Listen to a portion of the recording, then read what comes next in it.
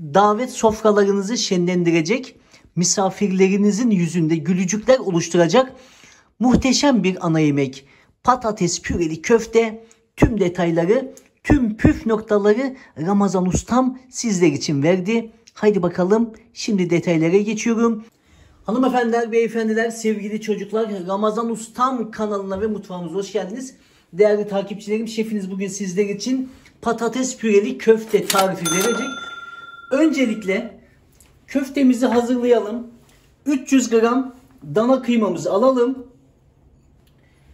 1 adet yumurta, 1 adet suyu sıkılmış rendelenmiş soğan, 2 yemek kaşığı galeta unu ya da ekmek içi de kullanabilirsiniz arkadaşlar. Baharatlarımız olacak: kimyon, karabiber, kırmızı toz biber, kekik ve tuz arkadaşlar. Ben birer çay kaşığı kullandım. Kekikten yarım çay kaşığı kullandım. Şöyle atıyorum.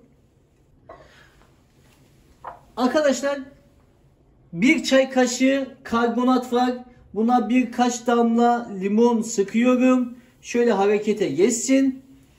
Karbonatı da köftemde kullanıyorum. Daha lezzetli olacak, daha yumuşacık olacak. Karbonatı köftelerinizde kullanmanızı tavsiye ediyorum. Şimdi güzelce yoğuralım arkadaşlar. Köftemizi yaklaşık 10 dakika boyunca ben yoğuruyorum arkadaşlar. Arada bakın şöyle şu şekilde de yaparsanız daha güzel bir köfte olur. Bu püf noktada ustanızdan gelsin. Köftemizi güzel yoğurduk. Şimdi ceviz büyüklüğünde köfteler hazırlayalım. Elimizi suya batıralım. Şöyle küçük bir parça alalım. Avucumuzun içinde arkadaşlar şu şekilde köfteler hazırlıyoruz. Köftelerimiz hazır. Şimdi köftelerimizi güzelce kızartalım. Tavama yeteri kadar sıvı yağ koydum. Köftelerimi güzelce tavamda kızartıyorum arkadaşlar. Arkadaşlar, köftem güzelce kızardı. Şimdi bunun yanında yiyeceğimiz patates püresini hazırlayalım. Patates püresinin sırları nelermiş? Nasıl yapılır? Ramazan Usta bu patates püresini yaparken hangi malzemeleri kullanıyormuş? 5 adet orta boy patates, 2 yemek kaşığı dolu dolu tereyağı, 1 su bardağı süt, 1 çay bardağı kaşar peyniri, tuz, karabiber, muskat. Öncelikle patateslerimizi küp küp doğrayalım arkadaşlar. Tüm patateslerimi bu şekilde küçük küçük doğradım arkadaşlar. Patateslerimi bir tencereye aldım. Üzerini geçecek kadar suyla doldurdum. 1 çay kaşığı tuzu haşlama esnasında atmayı unutmayınız. Patateslerim 20 dakika boyunca haşlandı. Şöyle bir çatalla kontrol ediyorum. Bakın çok güzel eziliyor. Demek ki patatesim haşlandı. Şimdi süzgeçte patatesimizin suyunu süzelim. Diğer işlemlere geçelim. Patates ezme aletiyle patateslerimizi güzelce eziyoruz. Arkadaşlar, ocağımızı yaktık. 2 yemek kaşığı tereyağımızı tavamıza alalım. Önce tereyağı şöyle tavada hafiften erimesini bekliyoruz. Ezdiğimiz patateslerimizi tavamıza alalım. Ocağımızın ateşini kısık ayara aldım. Şöyle patatesimi tereyağda güzelce eze eze pişirme işlemini yapalım arkadaşlar. 1 su bardağı sütümüz vardı. Bunu da birden dökmüyorsunuz. Bakın, söylenmeyenleri söylüyorum. Bunu azar azar döküyoruz. Bir yandan şöyle pişirmeye devam ediyoruz. Şimdi kalan sütümün hepsini döküyorum. Bir yandan pişirmeye devam edelim. Şimdi değerli dostlar, 1 çay kaşığı dolu dolu tuzumu atıyorum.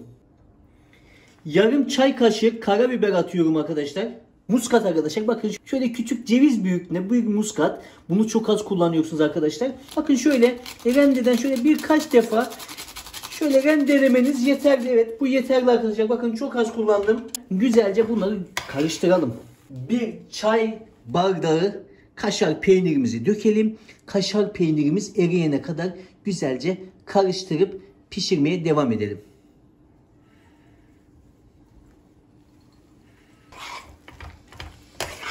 Şu anda patates püremiz hazır. Arkadaşlar kıvamı bu şekilde.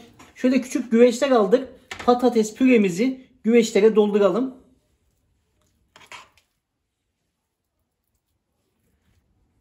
Patates püremizi güveçlere doldurduk. Bakın hiç kalmadı zaten. Şimdi üzerine köftelerimizi yerleştirelim. Üzerine köftelerimizi bakın şu şekilde yerleştirelim arkadaşlar. Üzerine salçalı su yapmamız lazım. Fakat ben salçayı çiğden kullanmıyorum. 1 yemek kaşığı salçayı yağda hafiften kızartıp çok az su ekleyip sonra dökeceğim. 1 yemek kaşığı sıvı yağ, 1 yemek kaşığı salçamı burada öncelikle kavuracağım arkadaşlar. Ben salçayı kavurmadan hiçbir zaman kullanmayı sevmiyorum. Salçam kavruldu. Çok az su ilave ediyorum. Biraz kaynadıktan sonra ocağımın ateşini kapatıyorum. Salçalı suyum da bu şekilde hazır oluyor arkadaşlar. Hazırladığım salçayı bakın şöyle köftelerimizin de üzerine gelecek şekilde döküyorum arkadaşlar.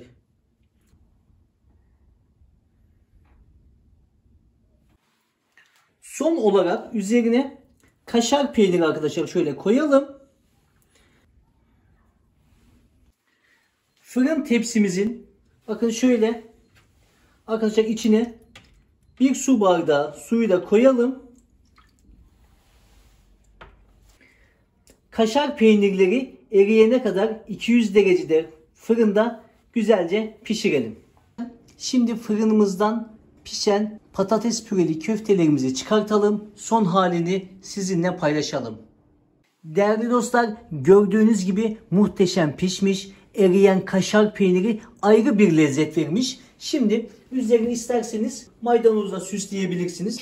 Bugün Ramazan Usta sizlere patates püreli köfte tarifi verdi. İnanın çok lezzetli, güzel bir ana yemek oldu arkadaşlar. Misafirlerinize gönül rahatlığıyla ikram edebilirsiniz.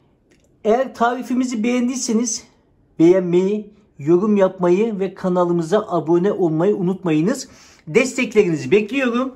Ailenizle, sevdiklerinizle mutlu kalın, sağlıklı kalın, hoşça kalın. Ramazan Ustam kanalında kalın. Bu hafta da bizden bu kadar. Eyvallah. Allah'a emanet olun. Hoşça kalın.